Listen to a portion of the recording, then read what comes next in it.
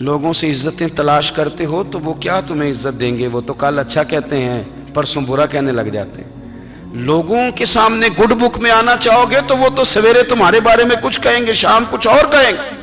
اپنی روحانی زندگی آباد کریں، اپنے مسلح کو وقت دیں، اور دنیا سے چھپ کر، اس موبائل کو بند کر کے، اور اپنے آپ سے بھی چھپ کے اور تنہا ہو کے، چھپا کے سارا کچھ اپنے آنسو اپنے رب کی بارگاہ میں پیش کریں، اس کے حضور حاضری دیں۔ سنو نا ترمذی کی حدیث، اور اسے یاد رکھنا، نبی پاک علیہ السلام نے فرمایا اپنے دکھ لوگوں کے سامنے نہ بیان کرنا، سیٹھوں نوابوں کو نہ بتاتے پھرنا، دنیا داروں کے سامنے جا کے نہ رونا کہ میں تکلیف میں ہوں۔ فرمایا اگر دنیا داروں کو دکھ بتاؤ گے رب تمہیں کبھی غنی نہیں کرے گا، اور لوگ ہیں کہ الٹا مذاق اڑائیں گے۔ آپ کی جس سے بڑی پکی یاری ہے نا، پکی، وہ تب تک پکی ہے جب تک آپ نے 50,000 مانگا نہیں، اور جس وقت آپ نے کہہ دیا کہ میں مجبور ہوں میری مدد کر، تو پھر ختم ہو گئی دوستی۔ لوگوں کے تعلقات آپ کے ساتھ تب تک ہیں جب تک آپ ان سے کوئی ضرورت وابستہ نہیں کرتے۔ کریم محبوب فرمانے لگے بندوں کے سامنے دکھ نہ بیان کرنا، اللہ تجھے کبھی غنی نہیں کرے گا۔ تو اپنے دکھ اپنے رب کو بتا، تو دعائیں مانگ، تو اس کی بارگاہ میں حاضر ہو، تو اس کے حضور عرض کر۔ فرمایا اپنے دکھ اپنے رب کو بتا، وہ جلدی کرے یا دیر سے کرے تجھے ساری دنیا سے بے نیاز کر دے گا، تجھے کسی کا محتاج نہیں رہنے دے گا۔ اپنے مسلح کو، اپنی دعاؤں، ایک بزرگ فرماتے ہیں میں نے دعا مانگنے کا طریقہ اپنی بیوی سے سیکھا، دعا مانگنے کا طریقہ اپنی، سیکھنے والے تو اپنے بچوں سے بھی سیکھ لیتے ہیں، سیکھنے والے تو ہر ایک سے سیکھتے ہیں۔ وہ کہتے ہیں میں نے دعا مانگنے کا سلیقہ اپنی بیوی سے سیکھا ہے۔ حضرت وہ کس طرح؟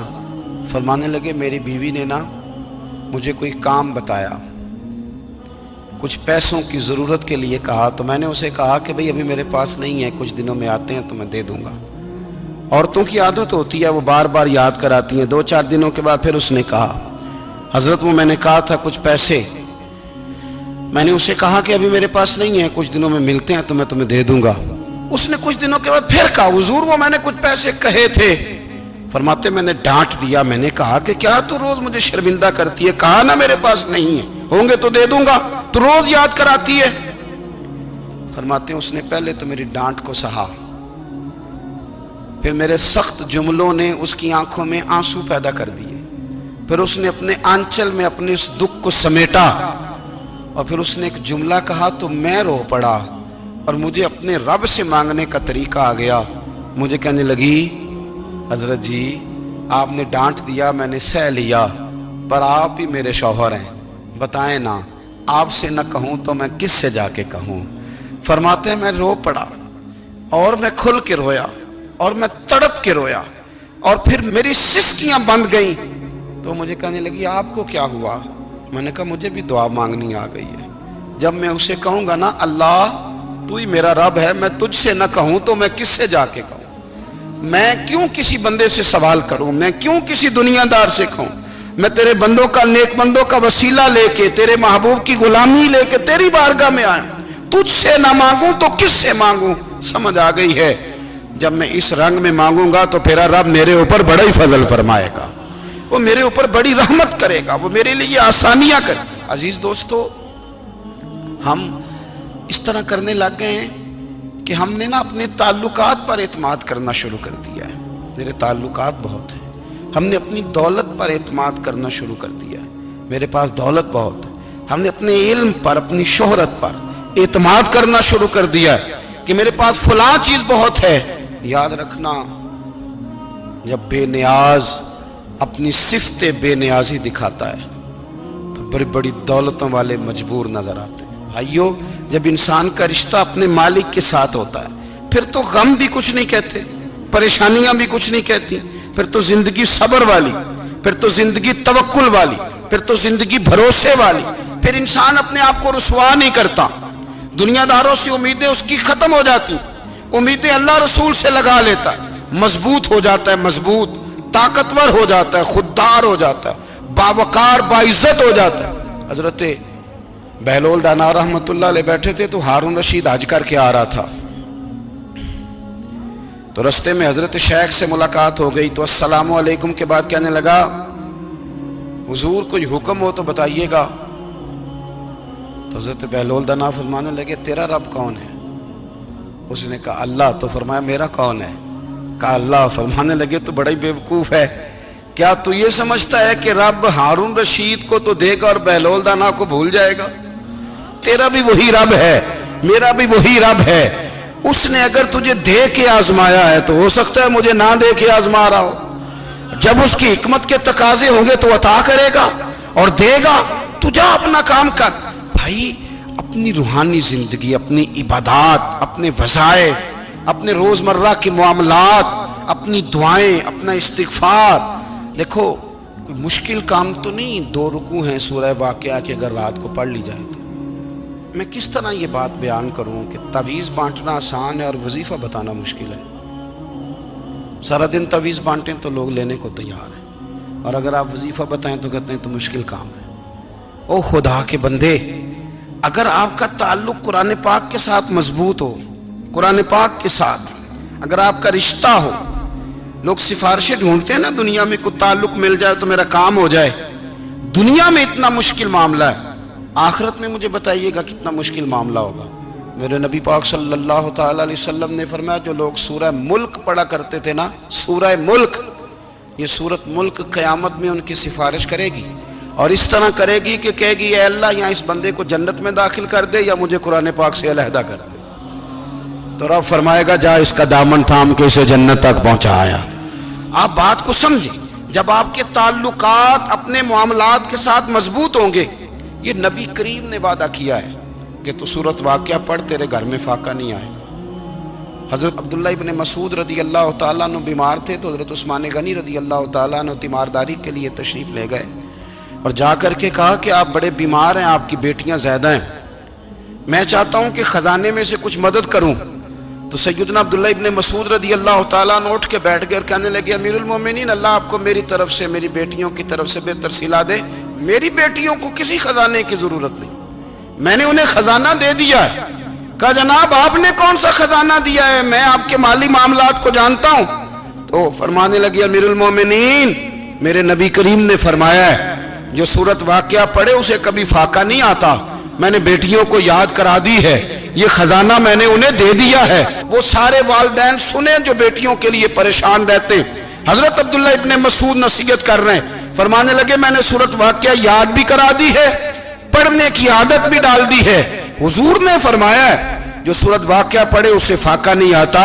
کہنے لگے چاند تو اپنی جگہ چھوڑ سکتا ہے، سورج گر سکتا ہے، تارے ٹوٹ سکتے ہیں، پر مدینے والے رسول کی بات غلط نہیں ہو سکتی. حضور نے فرمایا فاقہ نہیں آئے گا تو انشاءاللہ کبھی بھی نہیں آئے گا. کرنے کا کام یہ ہے کہ ہم اپنے معاملات، اپنی عبادات، اپنی دعائیں، کبھی 10 منٹ عادت ہو جائے نا دعا مانگنے کی علیحدہ سے رات کو. حضور نے فرمایا جو فرض نماز کے بعد دعا مانگے اللہ اس کی قبول کر لیتا ہے. نبی پاک صلی اللہ تعالی علیہ وسلم نے فرمایا اللہ مسافر کی دعا قبول فرماتا ہے. حضور نے فرمایا اللہ مظلوم کی دعا قبول فرماتا ہے. حضور نے فرمایا بیمار سے دعا کراؤ اللہ اس کی دعا قبول فرماتا ہے. میرے نبی پاک نے فرمایا ماں باپ جب بھی اولاد کے لیے ہاتھ اٹھائیں، ویسے تے بلے شاہ تو آسمانی اڑ دیا ہی پھڑ دیں، جڑا گھر بیٹھا انہوں بڑھیا ہی نہیں. حضور فرمانے لگے ماں باپ جب بھی اولاد کے لیے دعا فرمائیں اللہ ان کی دعا کو قبول کرتا ہے. آپ اپنا تعلق بنائیں، دعا کے ساتھ، عبادت کے ساتھ، مصلی کے ساتھ رشتہ بنائیں، استغفار پڑھیں. صلاح الدین ایوبی صلیبی جنگوں میں تھے، رات کو مسجد اقصیٰ میں نماز پڑھی تو پریشان تھے. ایک بزرگ سے ملاقات ہوئی تو وہ کہنے لگے کہ آپ بڑے پریشان ہیں. کہنے لگے حضور پریشان اس لیے ہوں کہ پہلے ہی مسلمان کمزور ہے، اب میں نے سنا ہے دشمن کا ایک بحری بیڑا وہ جنگی سامان سے بھرا ہوا آ رہا ہے، تو اب ان کے پاس اور تلواریں اور نیزے آ جائیں گے، مسلمانوں کے پاس پہلے ہی وسائل کی کمی ہے، پریشان ہو کس طرح کر کے مقابلہ کریں گے. یہ بات کہتے ہی صلاح الدین ایوبی نے بزرگوں سے کہا حضور آپ بھی دعا کرنا، دعا کی بڑی طاقت ہے. میرے نبی پاک نے فرمایا دعا مومن کا ہتھیار ہے، دعا مومن کا، دعا مومن کا۔ حضور نے فرمایا تقدیر کو سوائے دعا کے کوئی چیز نہیں بدل سکتی۔ دعا مومن کا ہتھیار ہے، یہ کافر کے پاس کوئی نہیں، یہ ہتھیار ہے مومن کا۔ اللہ کرے آپ کو سمجھ آئے، پھر سنیں، کئی بار کہہ چکا ہوں یہ ہتھیار ہے۔ کافر کے مقابلے میں جو تیرے پاس سب سے بڑا ہتھیار ہے وہ دعا ہے۔ دعائیں کرانی چھوڑ دی، کرنی چھوڑ دی، لینی چھوڑ دی۔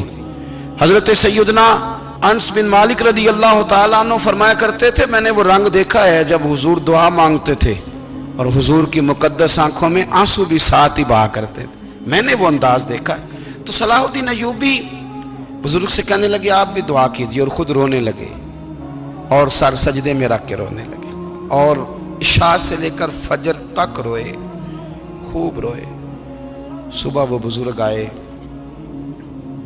تو صلاح الدین ایوبی کا خوبصورت اور ہنستا ہوا چہرہ دیکھا، کہنے لگے آپ بڑے خوش ہیں، رات تو میں نے بڑے روتے ہوئے دیکھا تھا۔ تو کہنے لگے حضور وہ جو بحری بیڑا آ رہا تھا نا وہ پانی میں ڈوب گیا ہے، اب وہ نہیں آ رہا، ابھی خبر آئی ہے تو میں بڑا خوش ہوں۔ بزرگ کہنے لگے اٹھ سینے سے لگ اور سن ایک بات، وہ بحری بیڑا پانی میں نہیں ڈوبا، وہ تیرے آنسوؤں میں ڈوب گیا ہے۔ وہ جو تو رات رویا ہے نا رب کریم کی بارگاہ میں تو وہ ڈوب گیا ہے۔ حضرت عائشہ صدیقہ رضی اللہ تعالیٰ عنہ فرماتی ہیں ایک عورت تھی اور اسے نبی پاک صلی اللہ تعالیٰ علیہ وسلم نے نا وہ کلمہ پڑھ کے مسلمان ہوئی، مدینہ طیبہ آ گئی تو حضور نے مسجد نبوی شریف میں اس کے لیے مکان، ایک سادہ سا کمرہ ساتھ مسجد کے بنوا دیا، وہیں رہنے لگی۔ اکثر وہ سیدہ طیبہ کے پاس آتی تو حضرت عائشہ صدیقہ رضی اللہ تعالیٰ عنہ فرماتی ہیں وہ بڑی باتیں سناتی اور آخر میں کہتی وہ ہار والا دن بھی بڑا عجیب دن تھا اور میرے رب کی قدرتوں کا دن تھا، وہ بھی بڑا عجیب دن تھا۔ سیدہ عائشہ صدیقہ رضی اللہ تعالیٰ عنہ ایک دن فرمانے لگی کہ تو ہار والے دن کا بڑا ذکر کرتی ہے، وہ کیا دن تھا؟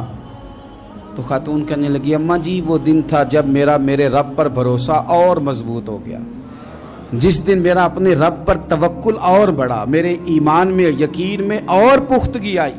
کہنے لگی میں ایک گھر کی کنیز تھی، نوکرانی تھی، اس گھر میں ایک بچی تھی جس کے پاس سونے چاندی ہیرے جواہرات کا ہار تھا۔ اس زمانے میں نا چمڑے کے اوپر لوگ ہیرے جواہرات لگاتے تھے، کئی دفعہ سرخ رنگ کے چمڑے پہ لگائے جاتے تھے، وہ بچی پہنتی تھی۔ تو کہتی ہیں وہ بچی کے اس نے اتار کے رکھا یا اس سے گرا وہ ہار تو چیل اسے اٹھا کے لے گئی گوشت سمجھ کے اور میرے سامنے اٹھا کے لے گئی۔ گھر والوں نے مجھ سے پوچھا، یہ بخاری میں موجود ہے، گھر والوں نے پوچھا مجھ سے کہ وہ ہار کہاں ہے تو میں نے کہا چیل اٹھا کے لے گئی۔ گھر میں کچھ چوری ہو جائے تو سب سے پہلا الزام کس پہ لگتا ہے؟ ملازمین پہ۔ کہتے انہوں نے مجھے بڑا مارا، بڑی تکلیف تھی، حتیٰ کہ میری شرمگاہ تک کی تلاشی، میری عزت اتنی خراب کی میں بتا نہیں سکتی۔ میں نے اپنی زندگی میں ایک واقعہ دیکھا، ایک امیر گھر میں چوری ہو گئی، ملازم کو اتنا مارا کہ وہ چارپائی پہ پڑ گیا، پولیس والوں سے اتنی مار پروائی گئی کہ وہ بیچارہ چارپائی پہ پڑ گیا، اور پھر وہ اتنا بیمار ہوا اور کچھ دنوں کے بعد پتہ چل گیا کہ چور تو اپنا بیٹا ہے ان کا، پھر اس کا انتقال ہو گیا۔ اب وہ سیٹھ صاحب اور گھر والے آ کے نا مرنے والے کے کان میں معافیاں مانگ رہے ہیں، کان میں۔ تو میں نے ان سے پھر کہا تھا کہ یہ تو اب چلا گیا ہے، تمہارا زور چلتا تھا نا تو تم نے قانون خریدا اور تم نے اسے جتنا ہو سکا تم نے اسے مار پڑوائی، تمہارے پاس جو عدالتیں تھیں تم نے وہاں کارروائی کی، اب ایک عدالت قیامت کے دن لگے گی۔ یہ کمزور تھا نا، کچھ کر نہیں سکا۔ میرے نبی پاک صلی اللہ علیہ وسلم نے فرمایا سن لو، اگر سینگ والی بکری نے بغیر سینگ والی بکری کو تکلیف دی ہوگی نا تو قیامت کے دن اسے بھی بدلہ دینا پڑے گا کہ تیرے پاس سینگ تھے اور تو نے اسے مارا تھا۔ وہ خاتون عرض کرتی ہے سیدہ عائشہ کی خدمت میں کہ مجھے بڑا مارا، مجھے تکلیف دی، میں کہہ رہی تھی کہ میرے سامنے چیل لے گئی ہے پر وہ نہیں مان رہے تھے، اماں جی انہوں نے مجھے بڑا مارا۔ حضرت عائشہ صدیقہ کہتی ہیں پھر کیا ہوا؟ کہنے لگی اماں جی جب کوئی میرا مددگار نہ رہا، مجھے تکلیف دے رہے تھے، رسوا کر رہے تھے، تو میں نے اپنے رب سے مدد چاہی، میرے رب کی طرف میں نے توجہ کی، میں نے کہا مالک اب تو ہی میرا مددگار ہے،